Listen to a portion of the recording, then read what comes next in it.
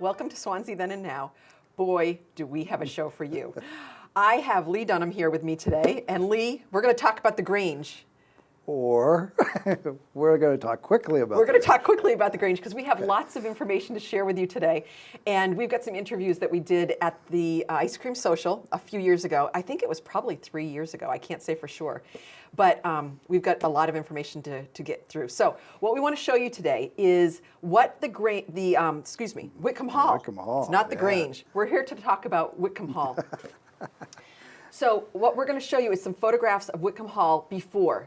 And they're going to be going through some renovations. They've already done the downstairs, and we're going to get back there and take some photographs and give you guys some updates. But what we want to show you is what we started with. So Lee, we started with the Universalist Church. Right. Okay, and that was the Lincoln Grange. Well, the Universalist Church first, then the Grange. Then the Grange, The okay. Grange rented it. And then George Whitcomb came along. There it is. Right, and then George Whitcomb came along and said, If you'll raise $1,500, I'll build you a hall you'll never regret. okay, and that is Whitcomb Hall today. Yeah. So we're going to shoot through. These are pictures of Whitcomb Hall. We're just going to show you a few pictures of the Ice Cream Social. That's going to show you as we can keep on going along. This is what the downstairs looked like when we had that before the renovations. So these are all the green walls. We had, again, the Ice Cream Social. And, we've got things that are there still that have been taken down, that have been moved. Yeah, the cabinet in the back corner there. Yeah. And you guys have lots of photos from when, it was first done, in the book that they were looking at there. So, this is the room. It's just been turned into a beige color now. And Yeah. it's beautiful for any kinds of weddings or receptions or showers. The one thing about Whitcomb Hall is that is pretty much untouched. Right. For the whole 100 years. Yeah. And with the LCHIP grant and some of the funding that you received, you have There's to a clock stay tower. historic. Yeah. So what you have to do is keep what you've got and work with it.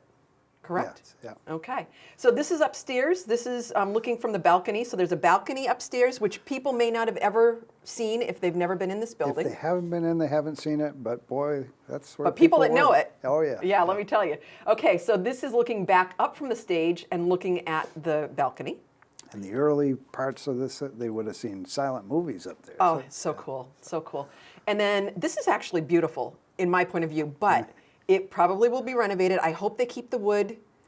We'll have to wait and see. I don't know. With the LCHIP grant, it's going to be kept as close to Excellent. original as it can be. Yep. So you can see this is original. These are the shutters and beautiful windows looking out towards West Swansea. You can see we've got a next picture here is going to show you the walls. This is what the walls look like. They're tin. They're tin walls. Yep. If you look at that, you see a little wave to them. Well, they play basketball there, too. Right. So. Yeah, and so, a lot of tin walls, they're pink, which I don't understand the pink color, but I think they're beautiful because that's what I first saw. Yeah. But they probably won't be pink someday. Don't know yet. Right. Don't. So you'll have to pay attention and stick with it. This is a view from the stage.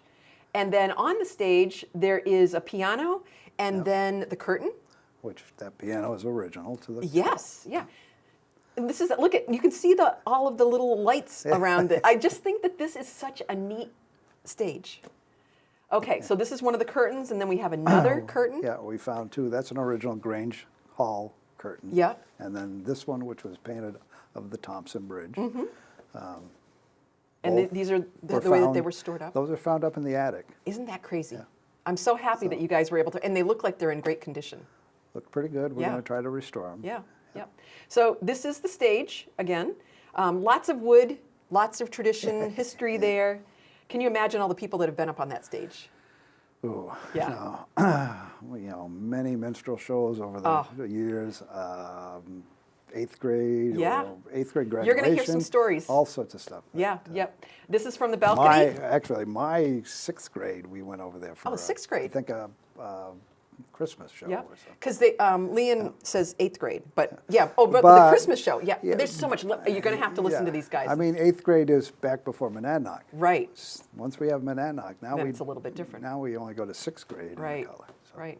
Okay, so this is looking back up at the balcony. We're almost through the pictures today for our little tour. We've got a couple more pictures to go. There's another picture looking up at the balcony. There's 2 sets of stairs to go down. There's 1 set of stairs to go up. And then our last photograph before we get started with the video is just a beautiful view from the stage.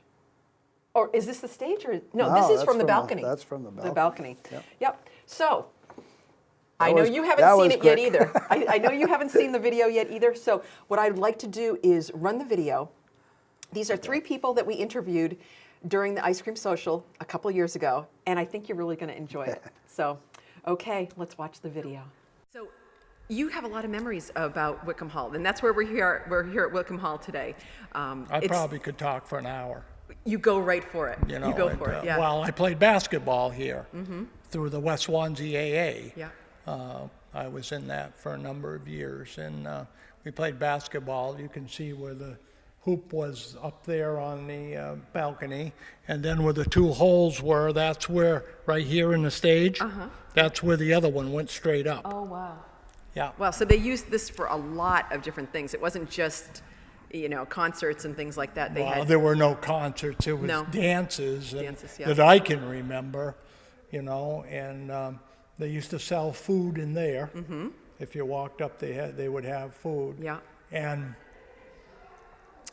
I was in the minstrel show for years. Memories in Swansea were so nice. It was easy living, you know, no pressure, and we had so much fun. The groups, if you was with a group, you stayed together all summer. You used to go swimming together. We played in the drum corps. We used to hang around. All the drum corps kids used to hang around together. We'd go for ice cream up to Haywood Farms, and it was. You were lucky you traveled all over. Yeah. I wouldn't go. Well, we didn't go too far. We just went to Keene. I went to Keene. But I mean, it was one family, and of course the mill was running all the time. So most of the parents worked in the mill, and it was just one big holiday all summer long. And the fun I had in West Swansea, not seeing I was never able to leave home, was my community, my people, and where Gamalo's store is, I used to go out there and pick low bush blueberries for this lady. At that time, they had trouble keeping help in the mill because I think, you know, they had their own problems, but they would be rounders, they called them. They'd come from Maine. And all these homes that you see here around here, even my home that I live in now, and I'm the second owner, and it's old. The lady was as old as I am, so hey. So I'm the second owner, and they had borders. So when I lived on the other side of the river from here, across the Catholic Church, my next door neighbor it used to be LaFawn's place. They had borders. That was always borders in there. And all the places that had large homes, they had borders. So I'd go pick the blueberries and sell them. She'd give me 5 or 10 cents for a quart. Boy, I picked like crazy on the hands and knees. That was all field where Gamalo's store is. That was all blueberry patch. And I lived right next door there, so I was allowed to do that. You and your wife actually had your wedding or your reception here? Wedding reception here, October 6, 1962. Well, what'd you do that for? Because that's my birthday. Oh, That is incredible. I mean, of all the days that you could have chosen. Thank you. And it rained. Oh, gosh. Whoa. We had a fantastic meal, reception, and it was all put on because my wife and I were in the drum corps I was in for 11 years, longer than her, and my brother Tom was a drum major, and my brother Ronnie was played a bugle, same as me, and so the drum corps had a lot to do with it. Putting it on with us, but the whole thing cost $50. $50 to rent this building. No, Oh. the whole reception. You're kidding. There was no rent. We didn't have to pay rent. Wow. And we had ham, turkey, and roast beef. Wow. And I had 3 great guys, because I worked as a chemist in a Homestead woolen mill, and I had three great guys that did the cooking, and we had a fantastic time downstairs. My brother got married 11 years to the day after I did. Okay. And then my other brother got married on October 6th, the same day, a few years in California. We went out there. So the three of us all have the same anniversary date. That is just too funny. I had beautiful parties at Christmas time, and I remember sitting as close as I could to Santa Claus here, and they gave a large bag of popcorn and some candy and sometimes an orange in it, maybe an apple or something, and that was our Christmas present. Everybody had a present, but they had a little gift to go with it. And I don't care, whoever came, if they were strangers, as long as they knew there was somebody else, they'd have a gift for them.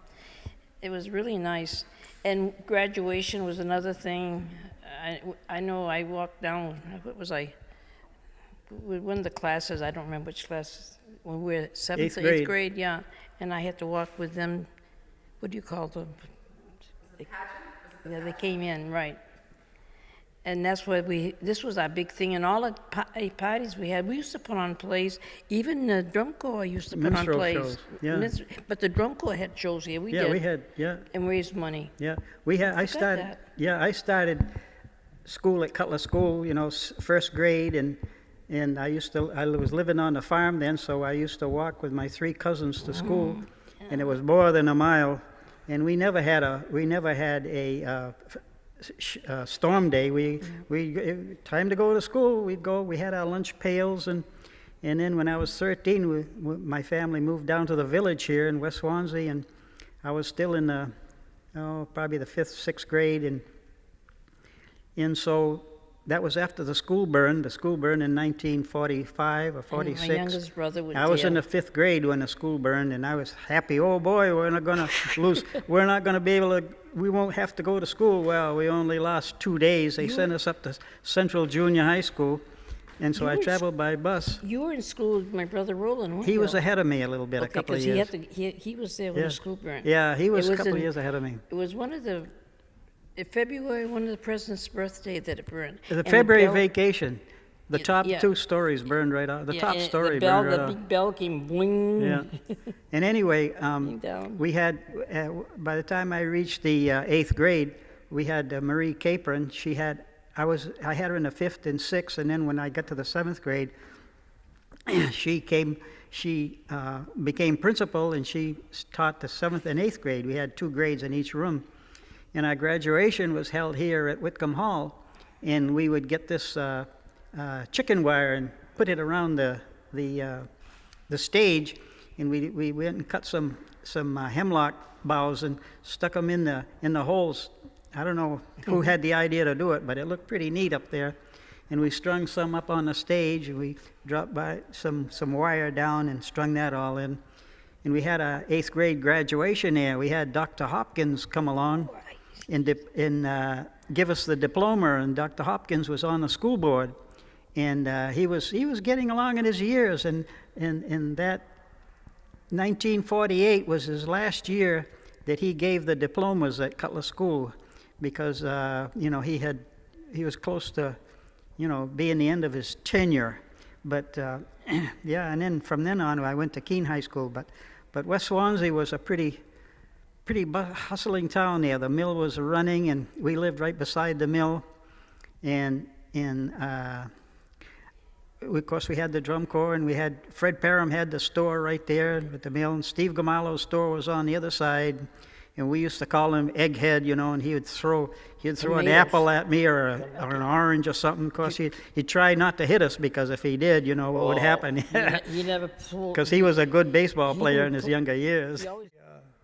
One of the greatest times that we ever had was there was a young fella named Wayne Martin who was a friend of mine, lived out California Street before they put the new highway in, and him and I did a skit. Cherry Pink and Apple Blossom White at the time was a Prosperado thing, and Wayne played the trumpet and I played the bongos. Of course, where he got the minstrel hats and all green, because it was always on St. Patrick's Day, and because this place would be loaded. I mean, you couldn't get a seat to get in. And of course, we had the stage, so we're playing up there, and apparently we were marked men, but we didn't know. Well, some of our buddies, and I don't know today who it was, but they had a wire up in the balcony, and they killed this chicken, but the head was still on, and it was minstrel, Yeah. know. So during the middle, while we're playing, this chicken comes down the wire right towards us and bounces off us while we're standing. And if I didn't tell you that, you'd never know. Of course, even if you were embarrassed, nobody would have been able to tell anyway, you know. The drum corps had minstrel shows here also, and we would practice at Leonard Ruffles' house. He had a piano, and he had a piano player come down and teach us the music. Yeah. And when we would play up here, and we would usually do the show two or three nights. Mm-hmm. And then one time when we did this for about 2 years, we had to raise the money for our uniforms and equipment. And so there was some firemen from Winchester that were sitting here in the audience one year, and they liked the show so much that they asked us if we couldn't put it on in Winchester. Of course, we have to change the jokes to the names of the people Right. in Winchester. Was that black then, all Negroes? They We had the call it minstrel shows because yeah. they were all dark painted black. yeah, the end men were painted black, and then we had a chorus sitting up there, and there was a But centerpiece. They had too. to tell jokes about everybody in town. Yeah. Some of them were kind of weird, And Yeah, but they weren't no, bad they weren't. jokes. But They if were it- funny jokes. If it was for the person, some of them didn't. I don't know if they liked it or not. Well, but they didn't like it. but- Everyone yeah, laughed. Yeah, and I took dancing lessons up here. Did you know that? A teacher used to come up when I was in elementary school, I and we thought- used to have at dancing that- lessons. At that point, I thought I'd never needed them. You never- Now I would take them. You never, you think look at me today, you say, well, I didn't even realize you could dance, but I used to love to back then I dance. used to dance, but for somehow it left my feet, the lessons left my feet. I think if I had a good dancer, I'd go dancing now. Is that right? I love music and I Yeah. love to dance. Yeah, but you don't like this modern music, do you? I don't know. I like the old tapes. You remember that? Okay. How old are you? I'm 80. I'm 87, so 87, I remember so a you lot of remember that. I remember, I can remember way back, and like I said, everybody thought I had a hard life, but I had a good life just the same. I worked young, and I was on my own since I was 16, really. And then I came up to the hall here, I was going dancing, and I danced on this floor at Whitcomb Hall, and it was beautiful. We had good bands. We'd walk all the way, because I lived about a mile and a half of here, I guess, a mile and so. And that was fun. We'd walk up, and you were safe to walk up here by yourselves. I remember in the 70s, the drum corps had a drum corps reunion. Oh yeah, I got pictures of that. And I was married then at the time, and in my family, we came up for this reunion, and Clara Gamallo was invited here, and they gave us all a bugle, and they told us to play the old gray mare. The old gray mare, she ain't what she used to be for Clara. And Clara, of course, she was such a happy person that she didn't think that was too bad, but she laughed about it. But I kind of wonder, but anyway, I remember playing the old gray mare for her with the baritone. And that was up in this hall. Yeah, I'll tell you, I was brought up in West Swanzey, and I was really alone because I had just brothers, and they didn't care about me at the time. I got close to them after we grew up, but they were kind of a pain because they didn't let me, when I started to have a boyfriend, they wouldn't let me have a boyfriend. But they used to come up here, we were all lined up beside all those benches out there, all lined up on each side of the hall here. And oh gosh, everybody danced. The women sat usually on that side, and the men usually sat on this side. And oh God, when they'd walk over, we had a good dance, and I said, "Oh, I hope he's going to take me." and we all said the same thing, And one of us got picked, and it was fun, and we danced. That's how we met but we knew everyone, and it was nice. If the strangers came in, we didn't want to dance with them because we didn't know who they were. And we used to square dance. I used to swing. I used to love to swing.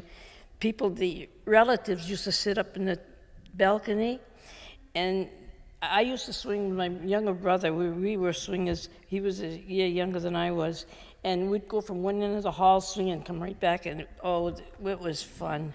the dancing of the hall, we had every Saturday night, and we all looked forward to coming. They always had a band, and I missed the square dances. That part I wish they had again, but I still could swing. Did you ever see the minstrel shows that we had Oh, here? my child, they used to practice, they used to rehearse at my house. Yeah. Because I had the largest The house. club, the athletic association They club. all, Yeah. when they came up here, they came after they got through here, they wanted to practice some music and singing. And I lived on, well, it used to be North Grove Street, but it's still the same place, but they call it Eaton Road. And they told me, Sam Bradley's here today. And he said to me, when I went to see him, I went to do some business with him. He said, and I said, they tell me I live on Eaton Road, but I live on North Grove Street. He said, Irene, the town tells me they never had a North Grove Street. I said, I want my money back. We paid taxes on that house for years. I lived there for 45 years, I think, in the same house. Yeah, and it's still there, and I'm still living there, doing my own thing. And I love it. But if you didn't have Whitcomb Hall, you wouldn't have had any of that, because this is where everything took place, right here at Whitcomb Hall. Right. And that carried the whole town. That's right. And that's why people knew each other. They met each other here at the dances, really. That's right. It's funny, isn't it, when you grow up, the memories that you have and how they really make you who you are? Well, I know a lot of history in this town. I used to ride the train to Keene, you know, to the movies, and my grandmother lived over by the tracks, and I got a lot of memories of West Swansea. Yeah. I really, it's my town. Was that awesome or what? To catch all of those memories, Oh, yeah. I'm just so excited. And we're not going to, this is not the end. We're going to do more of these. So if you're interested in being interviewed, let us know. I'm going to let Lee have the rest of the show because we've only got a few more minutes. But I just want to talk a little bit about the fundraising efforts, where we're headed with Whitcomb Hall, and Well, as you talked about, the whole first floor is all done. right. But we have a second floor. But to do the second floor, major work has to be done, and so major fundraising had to be done. We've raised quite a bit of money between the LCHIP grant and a couple other private donations from different foundations. So we've got a lot of money, but we need more. I mean, sprinkler system, some sort of lift, just to get upstairs. So it's still ongoing. And what we've done over the years, you've seen, like we did a spaghetti dinner one time. I love the barbecues. We did a breakfast. The Yep. chicken barbecues in August have been you know, they're a social. What a great community They're a thing. social event. Yeah, they are. They are. So those are some of the things. But we actually this year we did a mystery dinner. Oh, nice. Putting something new in there. Yeah, and it Okay. was So- really interesting. A lot of Yeah. people had fun. So. Yeah. So there's lots of fundraising. You can rent the facility. There's all kinds of things that Right. you can do. And I know that we're going to have more programs, but already it's Yeah. time to go. So just like all the other programs, we appreciate you guys watching. These are all Swanzey Then and Now, and I hope that you'll join us for other shows to share all of the things about Swansea. I'm so proud to live in Swansea. It's fun. Thank you, Lee.